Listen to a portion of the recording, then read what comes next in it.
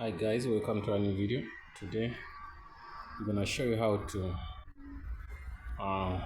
change toner on a Lexmark MX522. So yeah, this is a brand new machine. So what to do, you go to the side here, there's this clip, you press it. Once you press it like this, you close it, you press it, that opens. When this opens, stand straight here, you hold this handle, you just pull out. Okay, take out. You get your new toner. Let's see. Yeah, you get your new toner. It goes in like this, right? So you make sure you don't force it in. You see the arrow here? See that arrow?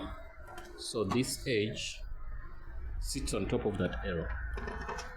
Okay, and also this side, that arrow, that edge sits there. So you push it in,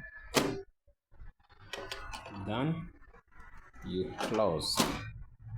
Okay, if you want to put in paper, you pull this straight down, you put in the stuff, close.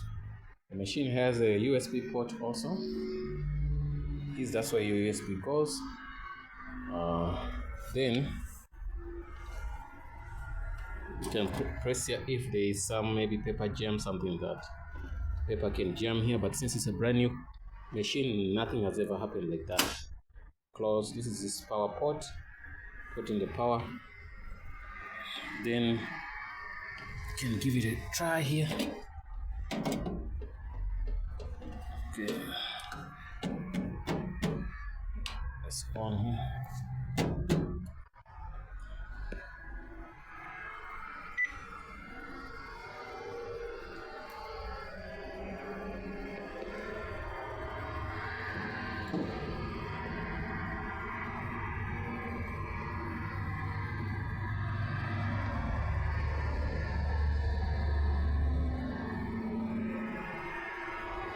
Okay, we're waiting for it to come on. It takes time.